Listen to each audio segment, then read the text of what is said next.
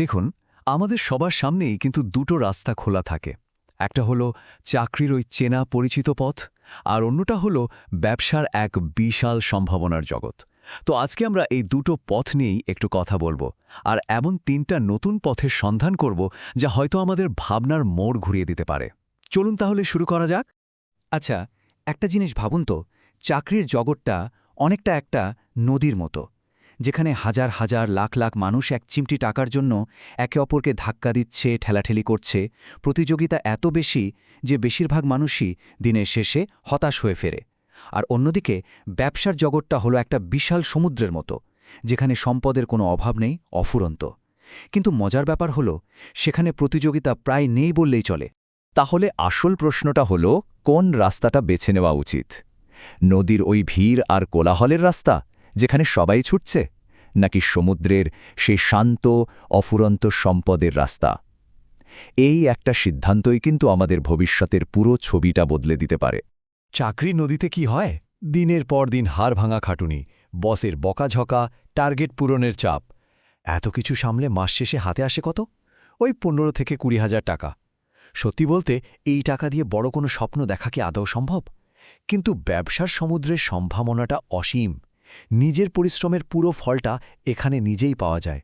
চাকরির বাজারের সংকটটা ঠিক কতটা গভীর জানেন? একটা গবেষণা বলছে বাংলাদেশে আগে থেকেই প্রায় ৩ কোটি বেকার মানুষ রয়েছে, আর প্রতি বছর তার সাথে যোগ হচ্ছে আরও প্রায় ১০ লাখ শিক্ষিত বেকার। চাকরির সুযোগ যেখানে দিন দিন কমছে, সেখানে এত বিশাল সংখ্যক মানুষের জন্য যে নতুন পথ খোঁজাটা কতটা জরুরি, এই সংখ্যাটাই তার চোখে আঙুল দিয়ে দেখিয়ে দেয়। আসলে সত্যি কথাটা কি জানেন? যারা ইতিহাস তৈরি করে তারা কিন্তু কখনোই ভিড়ের সাথে হাঁটে না। তারা নিজেদের জন্য একটা আলাদা রাস্তা তৈরি করে নেয়।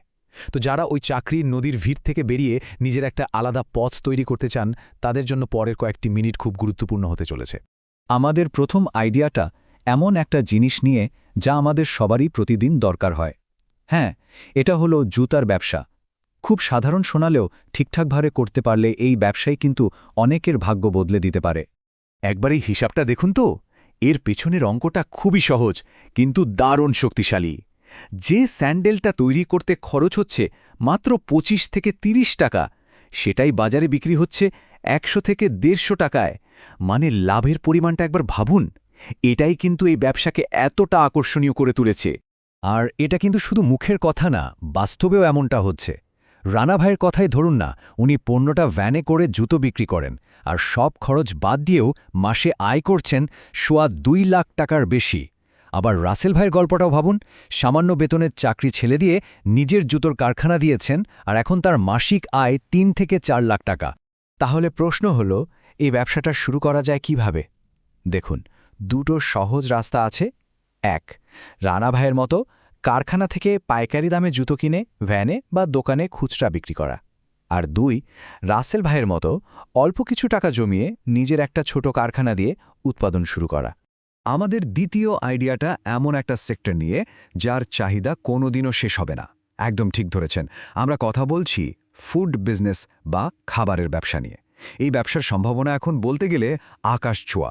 আচ্ছা, পকেটে মাত্র ৫০০ টাকা নিয়ে কি ব্যবসা শুরু করা সম্ভব? শুনতে হয়তো অবিশ্বাস্য লাগছে, কিন্তু সাভারের রাজীবের গল্পটা ঠিক এমনই। মায়ের বানিয়ে দেওয়া পিঠা বিক্রি করতে নেমে মাত্র ২ ঘণ্টায় ৫০০ টাকা লাভ করে ফেলেন তিনি। ওই ছোট্ট শুরু থেকে আজ তার নিজের দোকান হয়েছে, সংসারে আর কোনো অভাব নেই। ইচ্ছাশক্তি থাকলে যে কোনো কিছুই করা যায়, এটাই তো তার সবচেয়ে বড় প্রমাণ। খাবারের ব্যবসায় এমন সাফল্যের উদাহরণ কিন্তু একটা না, অনেক আছে। সুমন ভাই রাস্তার পাশে শরবত বিক্রি করে মাসে ১২ লাখ টাকার বেশি সেল করছেন। আবার দেখুন, বিশ্ববিদ্যালয়ের ৩ বন্ধুর গড়া খানাস আজকে একটা মাল্টিন্যাশনাল ব্র্যান্ড। এমনকি এক তরুণ শুধু সিদ্ধ ডিম বিক্রি করে মাসে প্রায় ১ লাখ টাকা আয় করছে। এই ব্যবসার সাইজটা ঠিক কত বড় ধারণা করতে পারেন? বাংলাদেশে রেস্টুরেন্ট খাতের ব্যবসা প্রায় ৩৮,০০০ কোটি টাকার। আর গত ১১ বছরে দেশের রেস্টুরেন্টের সংখ্যা প্রায় দ্বিগুণ হয়ে গেছে।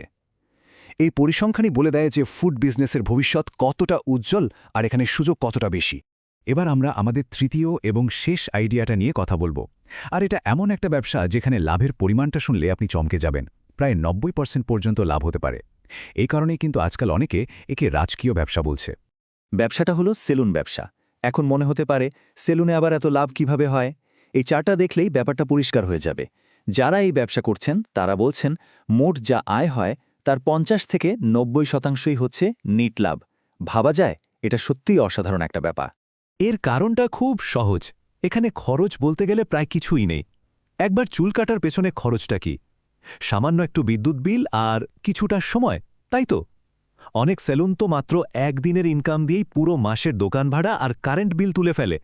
বাকি পুরো মাসের আয়টাই বলতে গেলে পকেটে থেকে যায়।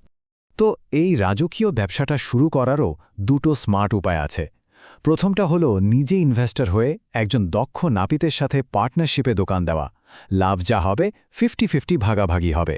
আর দ্বিতীয়টা হলো 3 থেকে 6 মাসের একটা ভালো ট্রেনিং নিয়ে নিজেই একটা দোকান শুরু করা। দুটো পথেই কিন্তু সফল হওয়ার দারুণ সুযোগ আছে।